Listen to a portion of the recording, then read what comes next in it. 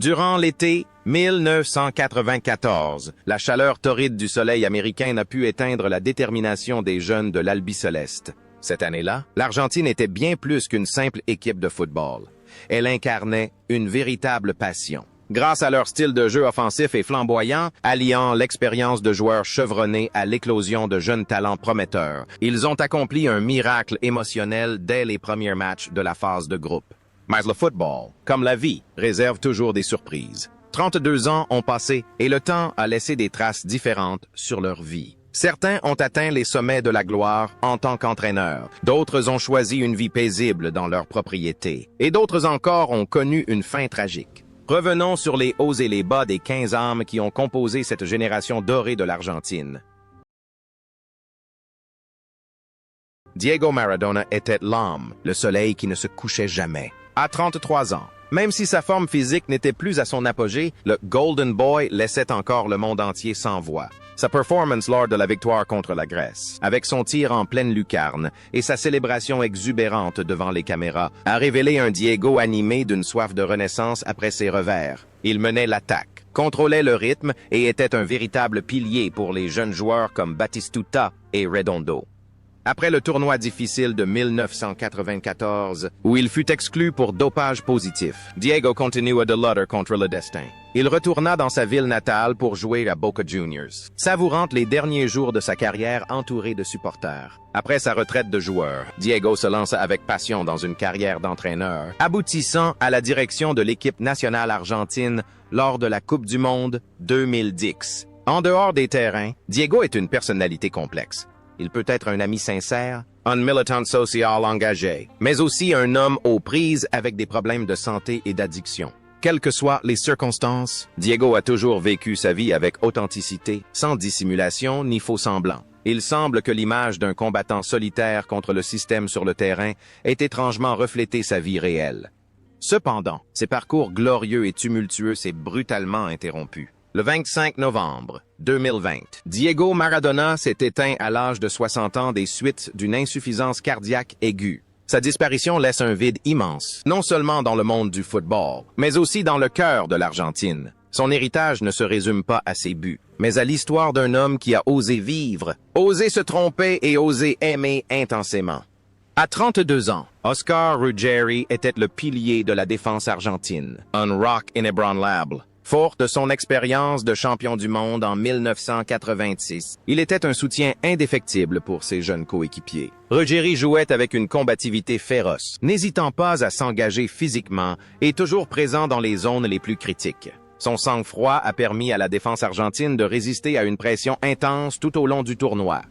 Après 1994, Ruggeri s'est rapidement tourné vers le coaching, sans toutefois atteindre le succès escompté. Il a cependant trouvé une voie totalement nouvelle et incroyablement fructueuse, celle de commentateur et de vedette de télévision.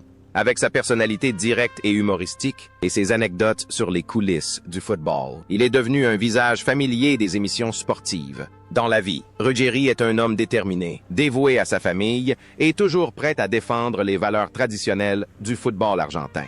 Il participe également à de nombreuses actions caritatives et fait le lien entre les générations de joueurs. L'image d'un chef de police sur le terrain semble avoir parfaitement incarné sa vie de commentateur. Sur le terrain, il dirigeait de la défense. À la télévision, c'était lui qui narrait les histoires du football. Aujourd'hui, retraité, Ruggeri, à 64 ans, est un commentateur renommé, menant une vie confortable et continuant d'inspirer la jeune génération par son savoir et son amour indéfectible du football. Diego Simeone incarne l'esprit combatif de l'Argentine. Son style de jeu fougueux et intrépide, associé à une intelligence de jeu exceptionnelle, fait de lui le moteur infatigable du milieu de terrain. Simeone ne se bat pas seulement pour lui-même, il inspire également toute l'équipe par sa détermination sans faille. À seulement 24 ans, ses performances témoignent d'une maturité remarquable et d'une aptitude à devenir un leader de demain. La carrière de joueur de Simeone s'est ensuite entremêlée de succès à l'Atlético Madrid et à la Lazio. Mais le tournant majeur de sa vie fut sa reconversion en entraîneur. À l'Atlético Madrid, il a bâti une véritable dynastie, fondée sur la ténacité, la discipline et un esprit combatif qu'il a baptisé Cholismo. La vie personnelle de Simeone est aussi intense que sa carrière de joueur. Travailleur acharné, il trouve néanmoins le temps d'élever ses enfants pour qu'ils deviennent footballeurs professionnels. Il sait parfaitement concilier l'immense pression du football de haut niveau et la chaleur de la vie familiale.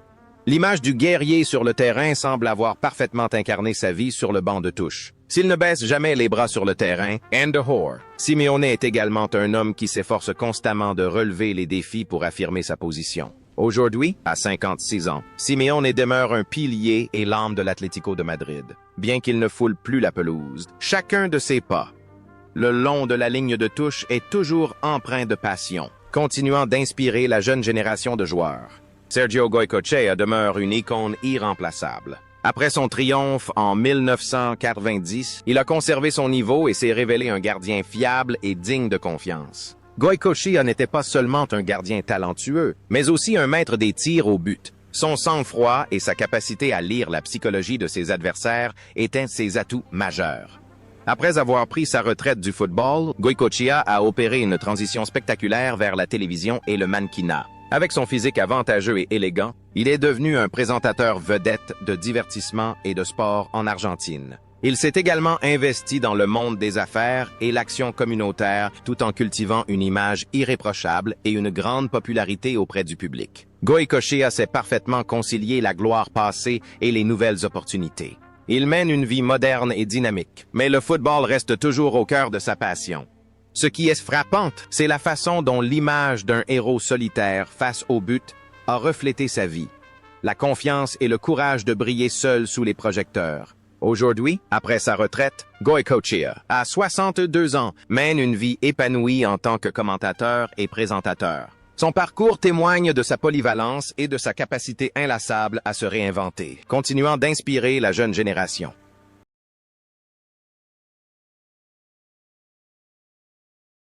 Ariel Ortega portait une lourde responsabilité. Remplacer Diego Maradona après l'élimination du légendaire joueur du tournoi. Avec ses dribbles fulgurants et agiles, Ortega laissait entrevoir un potentiel de génie. Il incarnait le nouvel espoir d'une nation plongée dans la souffrance. 16 performances, bien qu'insuffisantes pour mener l'Argentine loin dans la compétition, ont confirmé l'émergence d'une véritable star.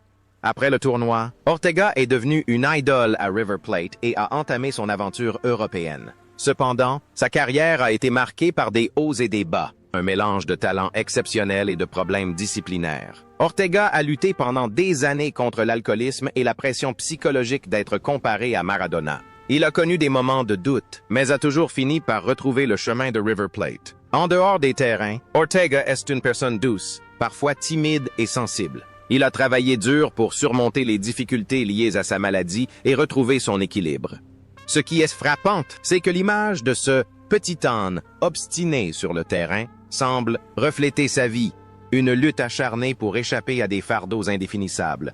Tandis que sur le terrain, il se met la pagaille chez ses adversaires. And a whore. Ortega recherchait la paix. Aujourd'hui, à 52 ans, après sa retraite, Ortega entraîne de jeunes joueurs à River Plate. Son parcours témoigne de sa persévérance à se relever de ses erreurs et il continue d'inspirer les jeunes joueurs par son propre vécu. Gabriel Batistuta était une arme redoutable. À 25 ans, avec sa longue chevelure blonde et son rugissement tonitruant à chaque but, Batigol a fait vibrer les supporters avec un triplé contre la Grèce. Il incarnait la puissance à l'état pur, ses frappes foudroyantes capables de transpercer n'importe quel filet. Sa performance aux États-Unis cette année-là a révélé un instinct de buteur exceptionnel, le plaçant parmi les plus grands attaquants de l'histoire. Après la Coupe du Monde, 1994, la carrière de Batistuta s'est transformée en une saga épique en Serie A. Il est devenu une légende immortelle de la Fiorentina, où les Florentins ont érigé une statue à son effigie alors qu'il était encore joueur. Il a ensuite rejoint l'AS Roma pour réaliser son rêve de remporter le Scudetto. Cependant, le prix de cet engagement fut de graves blessures aux jambes. Après sa retraite, Batistuta a enduré des années de douleurs atroces, au point de pouvoir à peine marcher, allant jusqu'à supplier les médecins de l'amputer pour mettre fin à ses souffrances. Mais grâce à une détermination sans faille, il a surmonté cette épreuve, a subi une arthroplastie et a peu à peu retrouvé la joie de vivre. L'aspect le plus frappant est le lien entre son rôle de guerrier sur le terrain et sa vie privée. En dehors des terrains, Batistuta est un homme de famille, menant une vie simple et paisible. Il a choisi une existence tranquille dans sa grande ferme de Reconquista, sa ville natale, où il pratique l'équitation et le polo. Aujourd'hui, à 57 ans, après avoir pris sa retraite du football, Batistuta coule des jours heureux auprès des siens. Son parcours témoigne d'une persévérance sans faille, d'un fier roi lion à un homme qui a trouvé le bonheur dans la sérénité.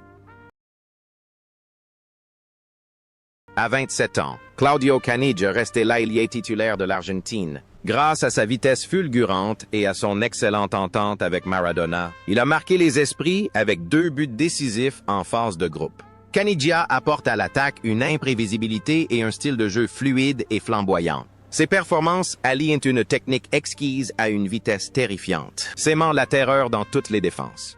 La carrière de Caniggia après 1994 fut une véritable aventure, l'entraînant dans plusieurs clubs au Portugal, en Italie et en Écosse. Il fit même un retour remarqué lors de la Coupe du Monde 2002, sans toutefois disputer une seule minute de jeu. Cependant, la vie personnelle du fils du vent fut marquée par de profondes épreuves. Il connut la douleur de la perte de sa mère, traversa des ruptures conjugales tumultueuses qui firent de la une des journaux et souffrit de longues périodes de dépression.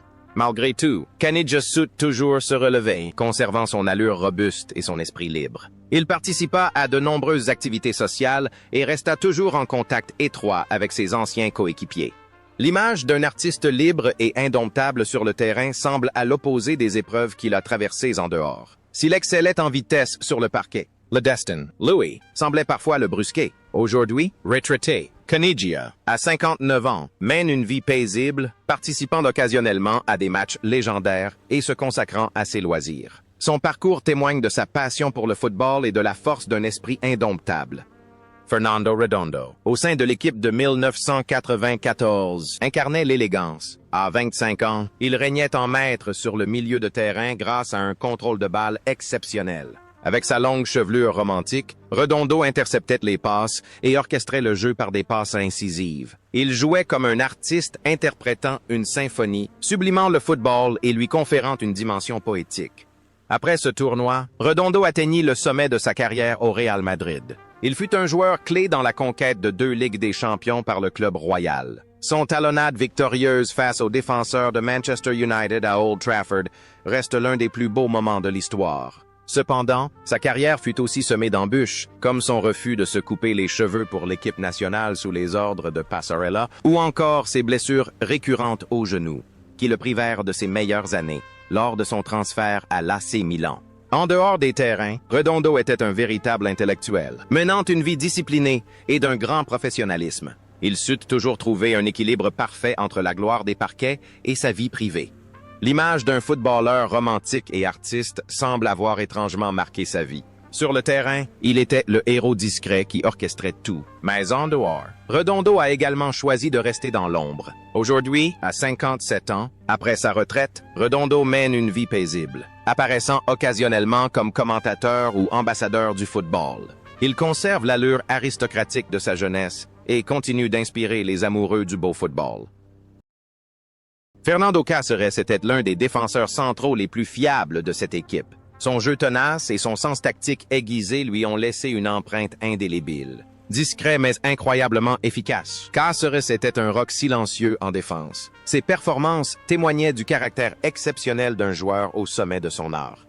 Son parcours l'a ensuite mené dans des clubs prestigieux espagnols comme le Celta Vigo et le Real Saragosse. Cependant, le plus grand drame de sa vie s'est produit en 2009, lorsqu'il a été blessé par balle à la tête lors d'un braquage audacieux en Argentine. Cáceres est tombé en état de mort cérébrale, a perdu un œil et s'est retrouvé en fauteuil roulant. Mais grâce à une volonté extraordinaire, qualifiée de miracle par les médecins eux-mêmes, il s'est battu pour survivre. Il a réappris à parler, à bouger et dirige aujourd'hui un club de football pour enfants défavorisés, afin de leur donner un sens à leur vie. En dehors des terrains, Cáceres est un exemple vivant de résilience et de bonté. L'aspect le plus troublant est le lien entre son rôle de roc sur le terrain et sa vie. L'image d'un défenseur qui ne baisse jamais les bras reflète étrangement son combat contre la mort. Sur le terrain, il était gardien de but, and a whore. Il luttait pour sa propre survie. Aujourd'hui, retraité, Cáceres, à 57 ans, se consacre à des activités économiques et sociales. Son parcours continue d'inspirer des millions de personnes par sa force de caractère. À 27 ans, Roberto Sensini était le genre de joueur polyvalent dont rêvent tous les entraîneurs. Capable d'évoluer latéral, défenseur central ou milieu défensif avec un talent exceptionnel. Il possédait un style de jeu discipliné, tenace et d'une intelligence remarquable. Sensini était le héros méconnu qui a permis à l'Argentine de maintenir son équilibre. Sa prestation aux États-Unis cette année-là a été un véritable exemple de professionnalisme. Après 1994, Sensini est devenu une légende de Parme durant l'âge d'or du club en Italie. Il a joué au plus haut niveau jusqu'à l'âge de 40 ans, une remarquable longévité. Après sa retraite, il s'est reconverti dans l'entraînement et la gestion de clubs de football dans son pays natal. En dehors des terrains, Sensini est un homme calme et très discipliné qui fuit les projecteurs. Il consacre une grande partie de son temps à sa famille et à la formation des jeunes, et reste toujours humble malgré ses nombreux succès. L'image d'un homme infatigable, sans poumons, sur le terrain semble avoir parfaitement incarné sa vie. Sur le terrain, il se consacrait à accomplir chaque tâche avec dévouement. And the whore. Sensini était également un fervent défenseur de valeurs fondamentales. Aujourd'hui, à 59 ans, après sa retraite, Sensini coule une vie paisible auprès de sa famille. Son parcours témoigne de sa passion intense pour le football et de son énergie inlassable, et continue d'inspirer les jeunes joueurs. Abel Balbo est un partenaire d'attaque fiable pour Batistuta. Grâce à son placement intelligent et à sa finition exquise, il s'est illustré en inscrivant un but crucial contre la Roumanie. Balbo est un attaquant moderne, qui ne se contente pas de marquer des buts, mais participe activement au jeu collectif. Sa performance a démontré une maturité et une efficacité remarquables. La carrière de Balbo en Italie, à l'Udinese, à la Roma et à Parme, lui a permis de se hisser parmi les meilleurs attaquants de Série A de son époque. Après sa retraite sportive, il s'est essayé à divers domaines, de l'agriculture à l'entraînement en passant par le commentaire sportif. Balbo est une personne ouverte d'esprit, toujours en quête de nouveaux défis. Il consacre également beaucoup de temps à des actions caritatives, notamment en aidant de jeunes joueurs défavorisés en Argentine. En dehors des terrains, Balbo est un homme intellectuel, calme et perspicace, doté d'une grande sagesse et d'une profonde réflexion sur la vie. Ce qui est frappant, c'est le contraste entre un redoutable tueur sur le terrain et un homme doux et bienveillant en dehors. Sur le parquet, il terrassait ses adversaires, and the whore. Balbo œuvrait pour la promotion des valeurs communautaires. Aujourd'hui, à 60 ans, après avoir pris sa retraite de joueur, Balbo se consacrait au coaching et travaille occasionnellement comme commentateur sportif. Son parcours témoigne de la persévérance nécessaire pour se réinventer une fois la gloire passée.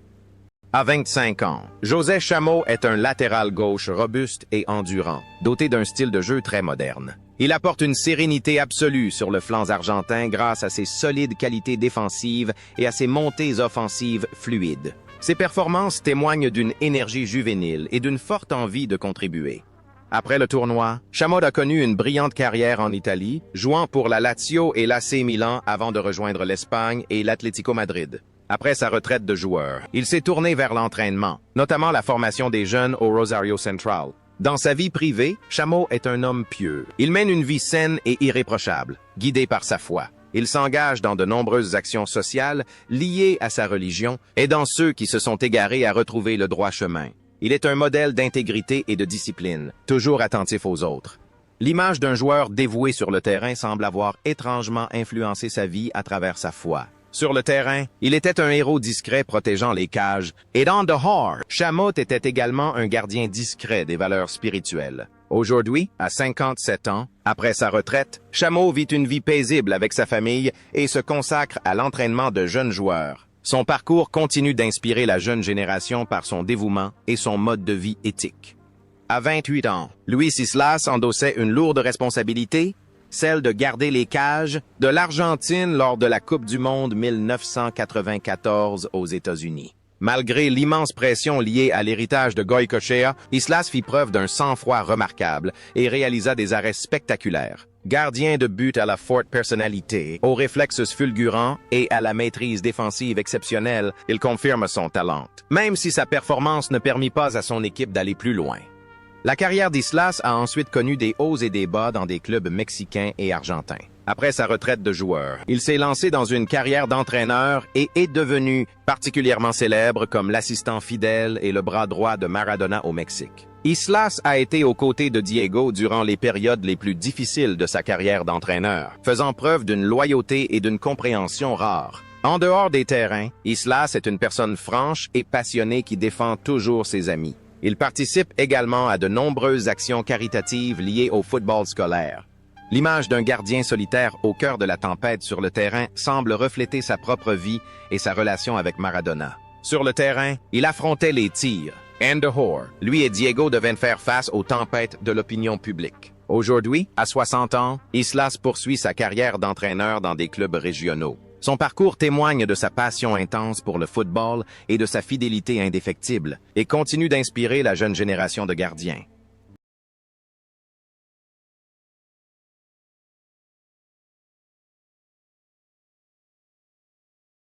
Leonardo Rodríguez était l'un des milieux de terrain les plus créatifs de sa génération. Bien qu'il n'ait pas été titulaire indiscutable en raison de la présence de Maradona, chacune de ses entrées en jeu apportait une touche d'élégance grâce à son contrôle de balle raffiné et à sa vision tactique exceptionnelle. Véritable artisan des victoires de l'Argentine en Copa América en 1991 et 1993, il incarnait à la perfection le rôle de numéro 10. Après avoir pris sa retraite de joueur, Léo Rodríguez a fait un choix radicalement différent. Il est devenu un agent de joueurs et un entrepreneur sportif prospère. Il met son savoir-faire et son expérience au service des jeunes joueurs argentins pour les aider à trouver des opportunités en Europe. En dehors des terrains, Léo est un homme raffiné, perspicace et exemplaire. Il concilie sa carrière professionnelle intense avec une vie de famille épanouie et s'investit régulièrement dans des projets caritatifs visant à développer les infrastructures footballistiques de son pays. L'image d'un chef d'orchestre dirigeant son jeu sur le terrain incarnait parfaitement sa vie de manager. Sur le terrain, il créait des opportunités. Andahor, il guidait les jeunes talents vers l'épanouissement professionnel. Aujourd'hui, à 59 ans, après avoir pris sa retraite de joueur, Léo Rodríguez est un entrepreneur sportif à succès. Son parcours témoigne de sa perspicacité et de son énergie inlassable, et il continue d'apporter sa contribution unique au football. À 30 ans, José Basualdo est un milieu de terrain infatigable, véritable maître d'œuvre discret du jeu argentin. Son jeu intelligent, son excellent contrôle de balle et sa maîtrise technique font de lui un maillon essentiel entre les différentes lignes de l'équipe. Basualdo n'est pas réputé pour ses buts, mais il est celui qui assure le bon fonctionnement de la machine argentine. Ses performances témoignent d'une persévérance et d'une patience exceptionnelles. Sa carrière a atteint son apogée à Boca Juniors sous la direction de Carlos Bianchi, avec de nombreux titres prestigieux à la clé. Après sa retraite de joueur, il s'est reconverti en entraîneur et a beaucoup voyagé en Amérique latine, de l'Équateur au Pérou, en passant par le Chili. En dehors des terrains, Basualdo est un homme simple, amoureux de la nature et attaché aux valeurs familiales. Il fuit les projecteurs et privilégie souvent les petits clubs où il peut pleinement exprimer sa philosophie du football. Il participe également à de nombreux programmes d'entraînement gratuits pour les enfants défavorisés de régions reculées. L'aspect le plus frappant est le lien entre son rôle de facilitateur sur le terrain et sa vie privée. L'image d'un homme discret et dévoué s'est naturellement ancrée en lui. Sur le terrain, il soutient ses coéquipiers. Andahor. Basualdo trouve le bonheur dans le don de soi. Aujourd'hui, à 62 ans, après sa retraite, il poursuit sa carrière d'entraîneur dans des clubs plus modestes. Son parcours témoigne d'un amour pur du football et d'une âme sereine.